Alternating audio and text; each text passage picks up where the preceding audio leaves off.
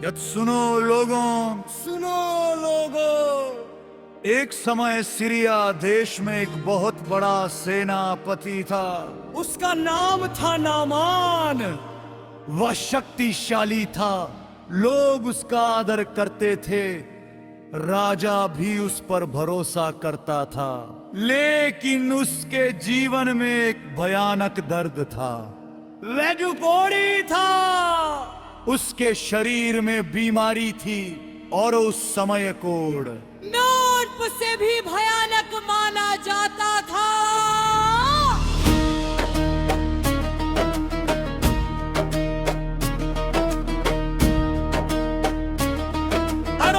उसके घर में एक छोटी दासी लड़की थी।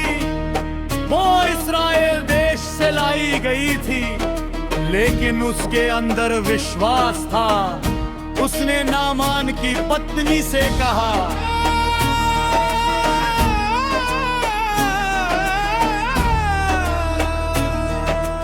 काश मेरे स्वामी सामरिया के भविष्यद्वक्ता के पास जाते तो परमेश्वर उन्हें चंगा कर देता। ये आग नामान तक पहुंची और वह तुरंत राजा के पास गया। राजा ने पत्र लिखा और नामान अपने घोड़ों और रथों के साथ निकल पड़ा। सचो उस दृश्य को, बड़े सैनिक, बड़े रथ और एक महान सेनापति। लेकिन अंदर से टूटा हुआ आदमी। फिर वह परमेश्वर के भविष्यद्वक्ता एलीशा के घर पहुंचा। ले नामान सोच रहा था, एलीशा हुआ आदमी, मेरे को कर परमेश्वर के भविष्य, मेरे को कर परमेश्वर के भविष्य, मेरे को कर परमेश्वर के भविष्य। मेरे ऊपर हाथ रखेगा और मैं तुरंत चंगा हो जाऊंगा। लेकिन सुनो, परमेश्वर हमेशा इंसान के घमंड को तोड़ता है। एलीशा बाहर भी नहीं आया। यार उसने सिर्फ संदेश भेज, जा युद्ध कर, नदी में 7 बार डुबकी लगा। नामान क्रोधित हो गया। क्या हमारे देश की नदियां बेहतर नहीं है? मैं यहाँ इतनी दूर क्यों आया? और वह गुस्से में लौटने लगा।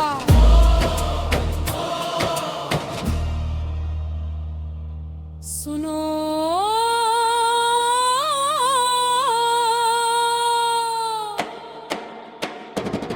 लेकिन उसके सेवक उसके पास आए। अगर भविष्यद्वक्ता कोई बड़ी बात कहता तो क्या आप नहीं करते? तो फिर ये छोटी बात क्यों नहीं मानते? और सुनो, जब आदमी नम्र होता है तब चमत्कार शुरू होते हैं। हनुमान यर्दन नदी में उतरा, पहली डुबकी, कुछ नहीं हुआ।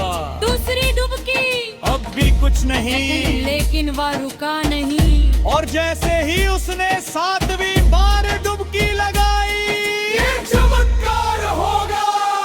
उसका शरीर छोटे बच्चे जैसा शुद्ध हो गया। कोढ़ गायब हो गया। और नामान रोने लगा। अब नहीं जान गया, सच्चा परमेश्वर केवल इस्राएल का परमेश्वर है। उन लोगों सुनो।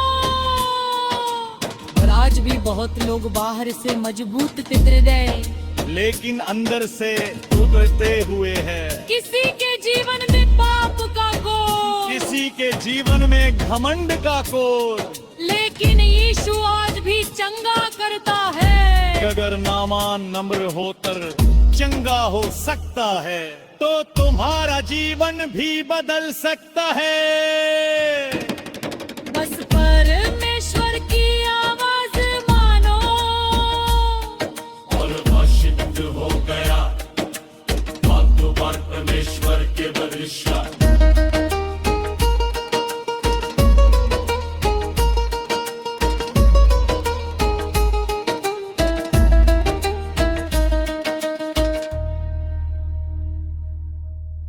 गाइस, अगर हमारी गवाही आपको पसंद आई है, आप भी गवाही हमारे चैनल